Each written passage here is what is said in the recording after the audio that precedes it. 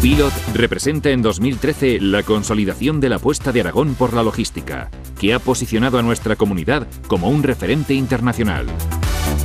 La mejora de comunicaciones, la internacionalización de empresas, la creación de infraestructuras y plataformas logísticas y el impulso de la gestión del conocimiento e innovación han propiciado que se haya puesto en valor el magnífico enclave geoestratégico de Aragón.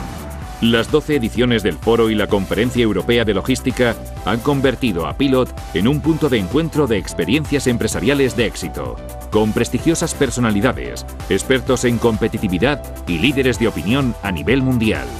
Con 220 ponentes de 12 países y más de 12.000 asistentes, Pilot es reconocido a nivel internacional como uno de los principales congresos de gestión de la cadena de suministro del mundo.